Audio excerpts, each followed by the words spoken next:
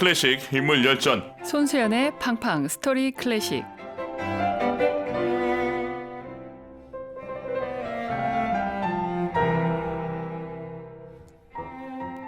사랑하면 알게 되고 알게 되면 들립니다. 클래식 음악사의 한 획을 그은 특별한 연주자와의 만남.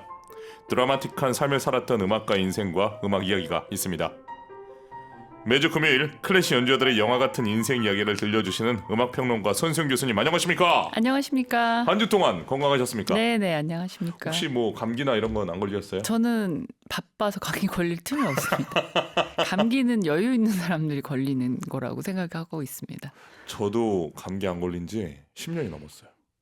뭔가 하여튼 네, 운이 좋게도 감기를 좀 잘 피해가고 있습니다. 저는 뭔가 으스라다 싶으면 비타민을 좀 많이 먹습니다.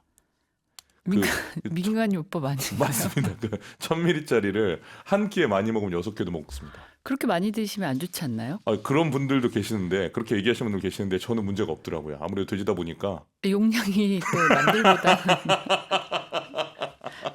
자, 오늘 팡팡 스토리 클래식에서 만나볼 주인공 누구입니까?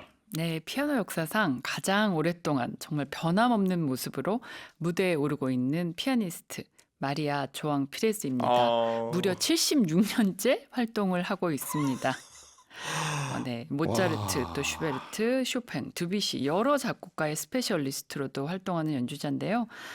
모차르트가 만약에 살아있었다면 마리아 조앙 피레즈처럼 연주하지 않을까라는 그런 평가를 받고 있는 연주자이기도 합니다. 76년을 활동했다라는 게 믿겨지지가 않는데, 그럼 올해 연세가 어떻게 되시는 거죠? 네, 뭐 다들 100살 넘은 거 아니냐 이렇게 네. 얘기를 하실 텐데요. 올해를 맞으면서 새해 맞으면서 만 80살이 됐습니다. 네. 저 마리아 조앙 피레즈는 1944년 포르투갈 리스본에서 태어났습니다. 뭐 또 역시 계속 지난주에 이어서 또 데려와서 죄송합니다마는 네. 4살에 데뷔했다는 것은 아. 결국 네, 신동이다 이렇게 말씀을 드릴 수가 있습니다. 네. 첫 독주회를 만 4살에 열었으니까 첫 독주회를 한 겁니다. 와. 그리고 또 모차르트 피아노 협주곡을 7살에 공연을 할 정도로 정말 뛰어난 신동이었습니다. 9살에는 포르투갈에서 가장 권위 있는 젊은 음악가상을 수상합니다. 그리고 1953년에서부터 60년까지 리스본 음악원에서 캠포스 코엘료에게 음악 이론과 피아노를 배웠습니다. 그리고 독일로 유학을 가게 됩니다. 국제무대 데뷔는 언제입니까? 사실 국제무대 데뷔는 오히려 그러니까 데뷔보단 좀 늦었던 것 같습니다. 실제 피아니스트로 데뷔한 거에 비해서는 네. 조금 늦었는데 26이었던 1970년에 브뤼셀에서 열렸던 베토벤 탄생 200주년 기념 콩쿠르에서 우승을 하면서 국제 무대에 데뷔하고요. 네. 동시에 명성을 날리기 시작을 합니다. 뭐 이후에는 수많은 음악 축제, 실내악, 또 뭐 베를린 필하모닉, 그리고 보스턴 심포니 오케스트라, 콘체르토 허바 오케스트라, 런던 필하모닉, 파리 오케스트라, 빈 필하모닉, 뭐 정말 세계 유수의 오케스트라와 함께 협연하게 되고요. 또 실내악 굉장히 좋아하는 연주자 중에 한 명입니다. 그래서 세계의 뭐 많은 정말 뛰어난 실내악 축제죠. 뭐 슈베르티아데, 또 탱글우드, 라비아니아, 몽펠리에, 루체른, 에든버러, BBC 프롬스 이런 정말 수많은 실내악 축제에서도 뭐 두각을 드러내고 있습니다. 솔리스트면 솔리스트, 실내악이면 실내악. 네. 다 섭렵했군요. 협연하는 걸 굉장히 좋아하는 연주자 중에 하나입니다. 알겠습니다. 자, 마리아 조앙 피레스가 특히 모차르트와 슈베르트, 또 쇼팽, 드뷔시의 스페셜리스트인 이유가 뭘까요? 그러니까 이렇게 하면 사실 작곡가가 다 나와가지고 그러네요. 근데 스페셜리스트 하면 원래 한 명만 나와야 되는데 네, 근데 뭐 뺄 수가 없습니다. 네, 뺄 수 없는 정말 많은 작곡가들의 그것도 고전 음악, 그리고 낭만주의 음악, 또 뭐 인상파 음악, 뭐 다양한 그런 어떤 다른 시대와 또 다른 계파의 음악에 있어서 다 스페셜리스트다 이렇게 얘기를 하는데요. 영국의 펭귄 가이드북에서는 이 조앙 피레즈의 모차르트 피아노 소나타에 대해서 스타일리시하면서도 훌륭한 그런 모차르트 연주자라고 말하면서 항상 세련되면서 고전적인 감성이 부족하지 않고 어떤 생동감이 있는 상상력을 가지고 있다라고 평을 하고 있는데요. 피레스는 이런 작곡가들을 더 자주 자기가 연주하는 것에 대해서 뭐 얘기하기를 자기가 뭐 특별히 그런 이유를 가지고 하는 건 아니다. 근데 다만 내 손이 너무 작아서 라흐마니노프 같은 작품은 연주를 하지 못하기 때문에 그런 어떤 실제적이고도 기능적인 이유가 있다라고 이야기를 하고 있습니다. 누구에게나 좀 더 끌리고 좋아하는 작곡가가 있기 마련이라면서 나는 스페셜리스트라기보다는 그 음악들을 좀 더 사랑하고 배우기를 좋아하는 사람이다 이렇게 얘기를 했습니다. 아, 정말 인격도 네. 인품도 어떤 훌륭하네요. 연주자로서 음악가로서의 자세가 저는 굉장히 이분을 제가 또 존경하고 좋아하는 이유 중에 하나입니다. 자, 그럼 오늘은 모차르트 음악부터 듣습니까? 네, 그렇습니다. 모차르트가 작곡한 첫 번째 피아노 소나타를 한번 들어보시겠는데요. 1774년경에 피아노의 전신이라고 할 수 있는 악기입니다. 포르테 피아노를 모차르트가 처음으로 경험을 하게 되고요. 이 새로운 건반 악기에 대해서 매력을 느낀 모차르트가 소나타 작곡을 하게 됩니다. 이거 한번 들어보시면 좋을 것 같습니다. 어떤 막 진지하고 무거운 그런 느낌보다는 그 모차르트 특유의 자유분방함 그리고 생동감이 엿보이는 곡이라고 할 수 있겠습니다. 네, 좋습니다. 모차르트 피아노 소나타 1번 시장조 큐에버로 279 1악장 알레그로를 피아니스트 마리아 조앙 피레스 연주로 감상하시겠습니다. 모차르트 피아노 소나타 1번 시장조 큐에버로 279 1악장 알레그로를 피아니스트 마리아 조앙 피레스 연주로 감상하셨습니다. 아까 잠깐 언급하셨지만 마리아 조앙 피레스는 독주회보다는 협연을 즐기는 연주자로 알려져 있는데 사실인가요? 네, 뭐 연주하는 것 자체는 다 좋아하긴 하지만은 네. 이렇게 막 여행을 돌아다니면서 연주여행을 막 다니고 그런 거 별로 좋아하지 않고 또 이 정말 어쩔 때는 사실 일종의 어떤 정말 너무 회사 출근하기 싫은데 가가지고 출근하는 것처럼 일종의 의무감으로 무대에 오르기는 하지만 또 막상 피아노 앞에 앉으면은 그런 게 모든 게 달라진다 이런 이야기를 했는데 그런 어떤 책임감이나 의무감을 총동원해도 서기 싫은 무대가 독주 무대라고 얘기를 하고 있는데요. 독주가 싫은 이유는 한 사람한테 시선이 굉장히 집중이 되고 또 그 한 사람이 모든 것을 자기중심적으로만 풀어나가는 게 별로 좋지 않다, 건전하지 못하다라는 생각을 하고 있는 연주자입니다. 그래서 독주 무대에서 피레즈는 그룹에서 떨어져 나와 혼자가 되면 굉장히 외로워진다라고 이야기를 하고 있고요. 나에게는 어떤 그 음악이나 삶이란 가족이나 팀 같은 어떤 그룹의 이미지다라고 이야기를 하고 있습니다. 이거는 같은 그 여성 피아니스트인 마르타 아레리치하고도 굉장히 비슷한 것 같아요.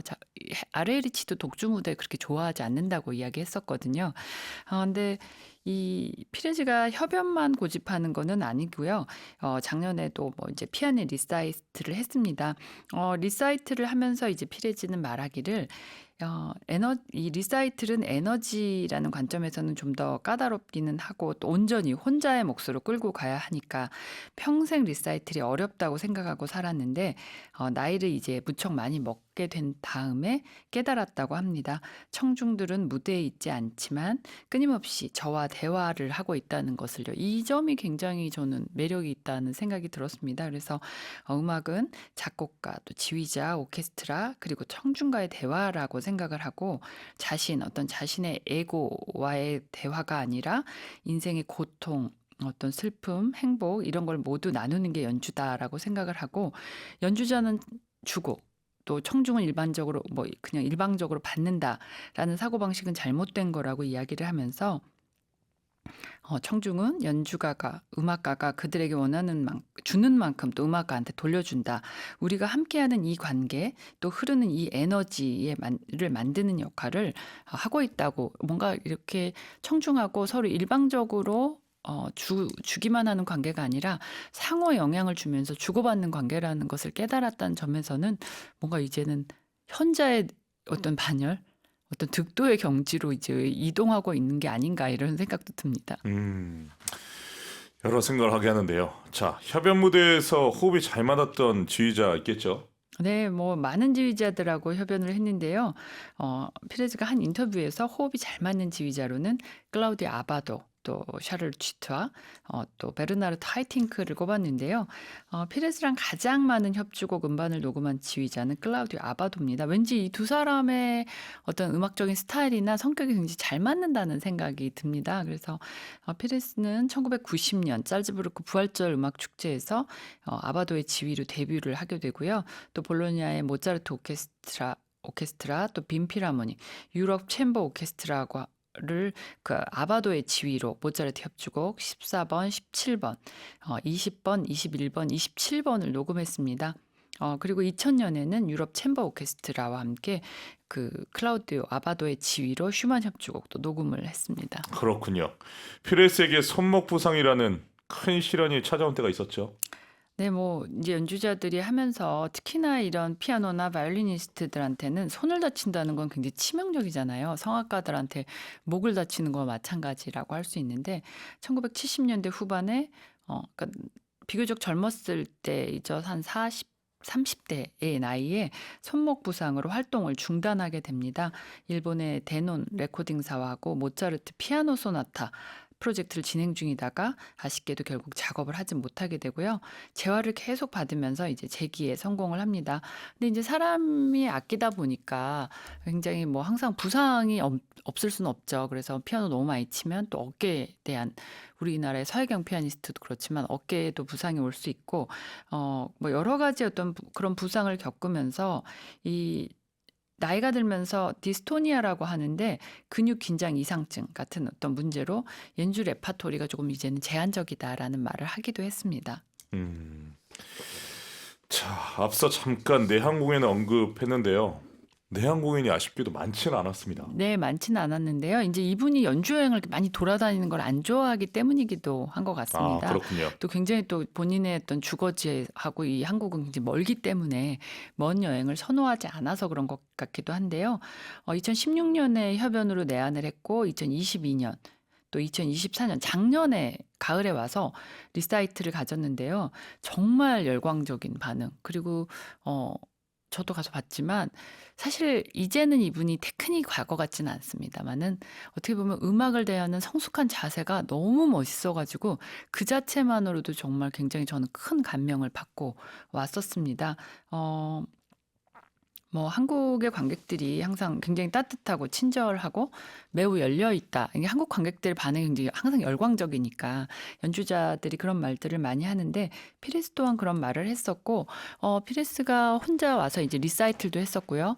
그 뒤에 또 그 겨울나그네 반주를 하러 또 10월 달에 한국에 왔었는데 그때 또한 정말 너무너무 멋있었기 때문에 굉장히 그 수많은 젊은 날의 아름다운 연주 또 정말 테크닉적으로 뛰어났던 연주들도 제가 마리아 조앙 피레스를 기억할 때 남겠지만 이 최근에 들려줬던 그 연주가 정말 저한테는 굉장히 오랫동안 기억에 남을 거란 생각이 듭니다. 네. 자, 이번에 쇼팽의 곡을 들어보려고 하는데 몇 번 가져오셨습니까? 이 쇼팽의 녹턴 8번을 한번 들어보시겠습니다. 정말 그 발표한 지 이미 20년이 넘은 그런 음반인데요.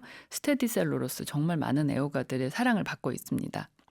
20년 전 앨범입니까? 네네, 그렇습니다. 어떤 쇼팽에 대한 또 아니면 피아노의 음을 누르는 이 악기를 누르는 그런 피레스의 미학을 정말 뚜렷하게 보여주고 있는 연주이기도 합니다. 이 정말 어떻게 보면 노래를 부르는 것 같이 연주를 하는 이 오른손의 톤 컬러나 아니면 굉장히 미세한 루바토를 느끼게 하는 그런 왼손의 귀를 기울여서 들여보시면 굉장히 소박하지만 그 안에서 어떤 감동을 주는 쇼팽 연주를 한번 맛보실 수 있을 것 같습니다. 네, 좋습니다. 쇼팽의 녹턴 8번 D플랫 장조 작품으로 27의 2 피아니스트 마리아 조앙 피레스 연주로 들려드립니다. 쇼팽의 녹턴 8번 D플랫 장조 작품으로 27의 2 피아니스트 마리아 조앙 피레스 연주로 감상하셨습니다. 마리아 조앙 피레스에게 피아노는 어떤 존재일까요? 피레스가 말하기를 피아노는 나 자신과 같은 존재. 그러니까 뭐 그냥 나 자체다라고 생각을 하고 있는 것 같습니다. 근데 80살을 산 사람이 76년을 함께한 그런 어떤 자신의 직업이자 아니면 자신의 일부와도 같은 악기에 대해서 당연히 그렇게 말을 할 거라고 생각을 하고요. 피아노에 대해서 우리는 하나다. 어떤 생애 대부분을 피아노와 함께 보냈다.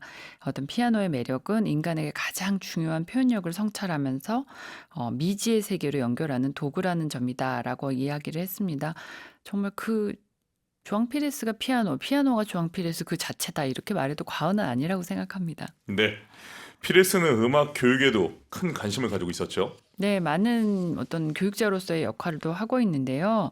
피레스가 말하기를 아이들에게 음악을 가르치는 것은 큰 책임감을 요구하는 일이라고 강조를 하면서 경력을 쌓기 위해서 저는 이 부분 되게 중요하다고 생각을 하는데 콩쿠르가 목적이 되는 레슨을 하지 않는 것도 이제 피레스만의 철학이라고 생각을 합니다.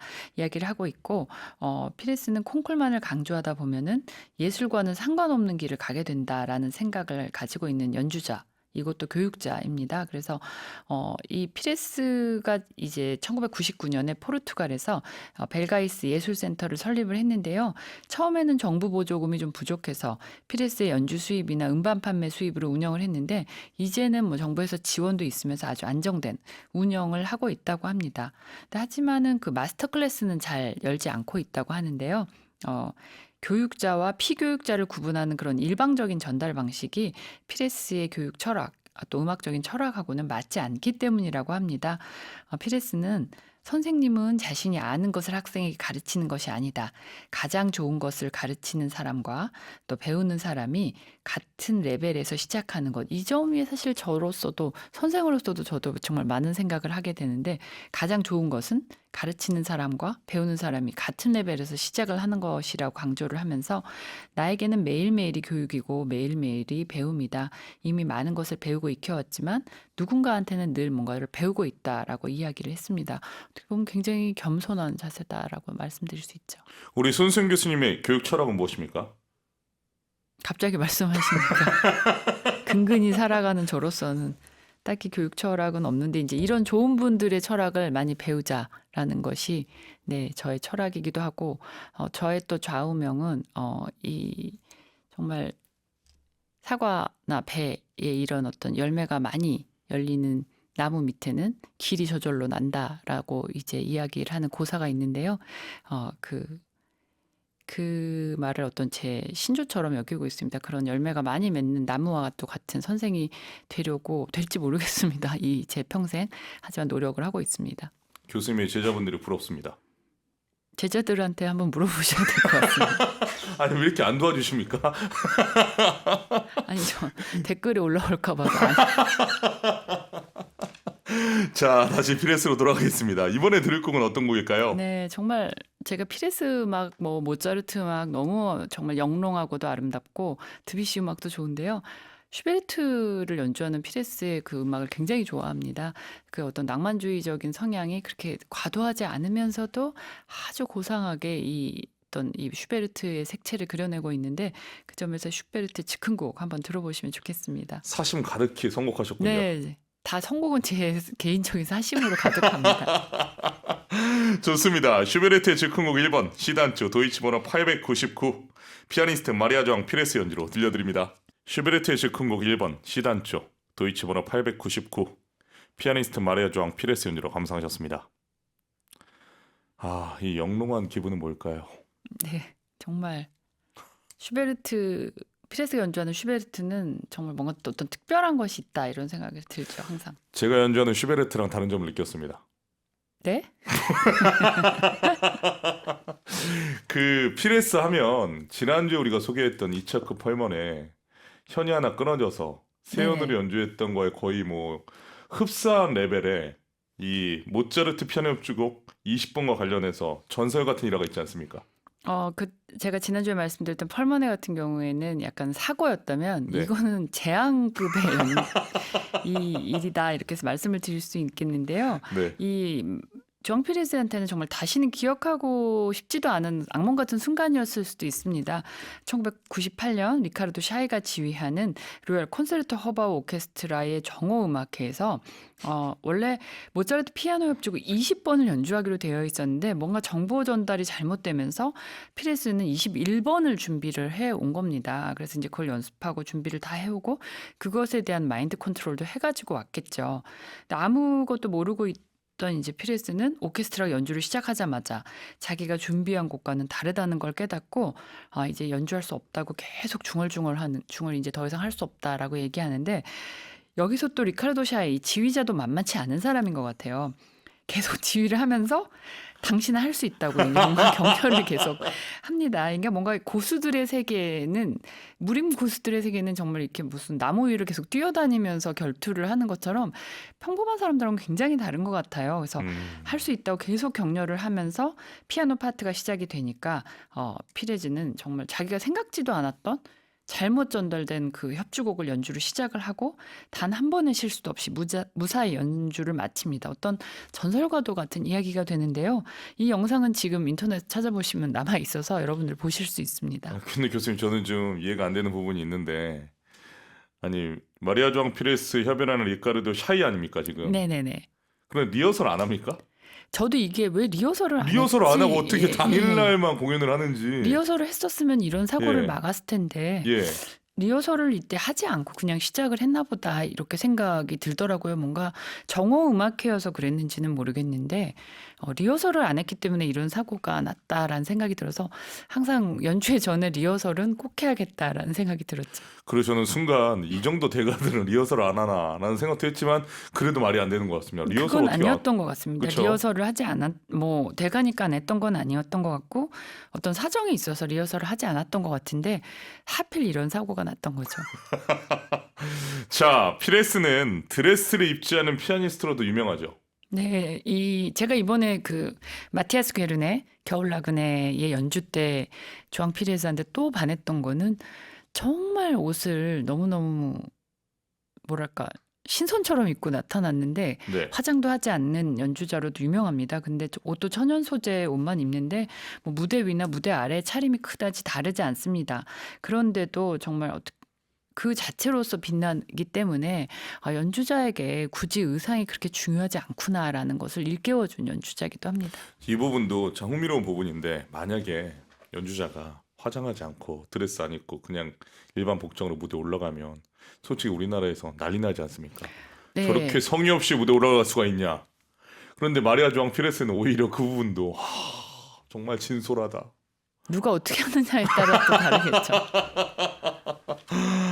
자, 오늘 솔직히 저는 마리아 조앙 피레스의 드뷔시를 가장 좋아하거든요. 네네네. 예, 그래서 드뷔시를 기다리고 있었는데 시간 관계상 끝곡으로 들어야 될 것 같습니다. 네, 아라베스크를 한번 여러분 끝곡으로 꼭 감상을 해보시면 좋겠습니다. 손승 교수님 추천해 주시는 겁니까? 네, 제가 추천드립니다. 알겠습니다.